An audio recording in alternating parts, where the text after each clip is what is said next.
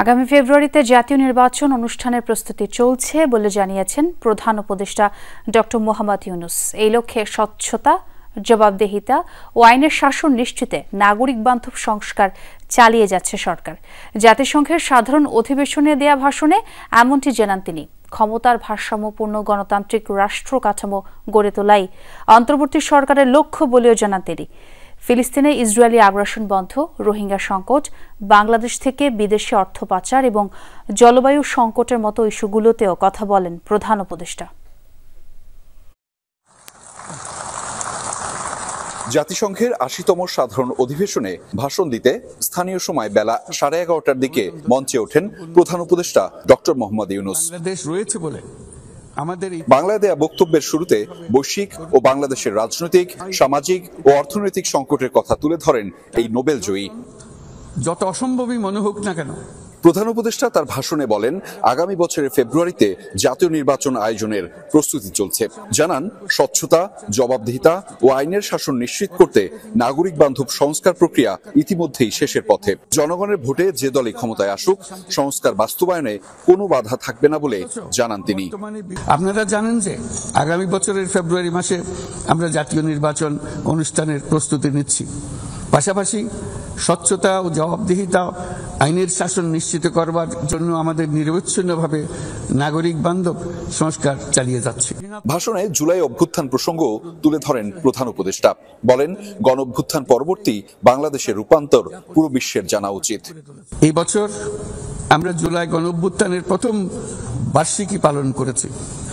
যে অভ্যুত্থানে আমাদের তরুণ সমাজ স্বৈরাচারকে পরাভূত করেছিল, যার ফলে আমরা বৈষম্যমুক্ত ন্যায় বিচার ভিত্তিক সমাজ বিনির্মাণের অভিযাত্রা নতুনভাবে শুরু করতে পেরেছি।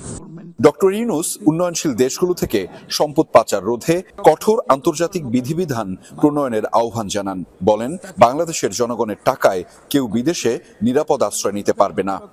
দেশের পাচার হওয়া অবৈধ সম্পদ পুনরুদ্ধার করা বর্তমানে আমাদের অন্যতম শীর্ষ অগ্রাধিকার। গত 15 বছরে দুর্নীতির মাধ্যমে শত শত কোটি ডলার অবৈধভাবে বিদেশে পাচার করা হয়েছে। আমরা নিরলসভাবে এই সম্পদ ফেরত আনার চেষ্টা করছি। রোহিঙ্গা সংকট প্রসঙ্গে ডক্টর ইউনূস উদ্বেগ জানিয়ে বলেন, এই ইস্যুতে এখনো কোনো সমাধান দৃশ্যমান নয়। রাখাইনে স্থিতিশীলতা আনার যে কোনো উদ্যোগে সহযোগিতা দিতে বাংলাদেশ প্রস্তুত বলেও জানান তিনি। 8 বছর পার হয়ে গেল, রোহিঙ্গা সংকটের কোনো সমাধান হলো না।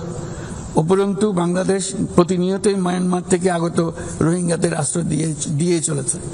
স্পষ্টতই সাংস্কৃতিক পরিচয়ভিত্তিক রাজনীতির কারণে রোহিঙ্গাদের উপর অধিকার বঞ্চনা ও নির্যাতন রাখাইনে অব্যাহত রয়েছে।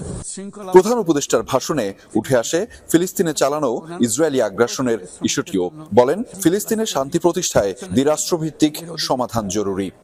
গাজায় শিশুরা না খেয়ে অকাল মৃত্যুবরণ করছে, বেসামরিক জনগোষ্ঠীকে নির্বিচারে হত্যা করছে, হাসপাতাল, স্কুল সহ একটা গোটা জনপদ নিশ্চিহ্ন করে দিচ্ছে।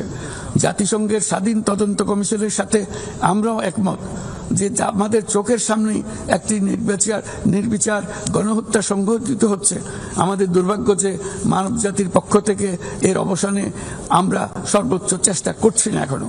ভাষণে তিনি তরুণ প্রজন্মকে চাকরি প্রার্থী নয়, বরং উদ্যোক্তা হিসেবে গড়ে তোলার লক্ষ্য পুনর্ব্যক্ত করেন।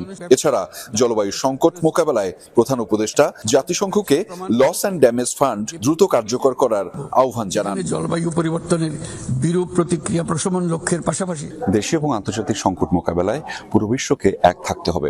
সেই সাথে গুরুত্ব দিতে হবে তরুণদের মতামতকে।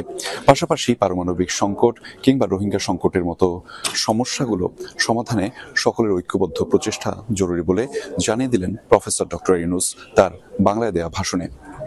Ahmed Reza, Jamuna News, New York, যুক্তরাষ্ট্র।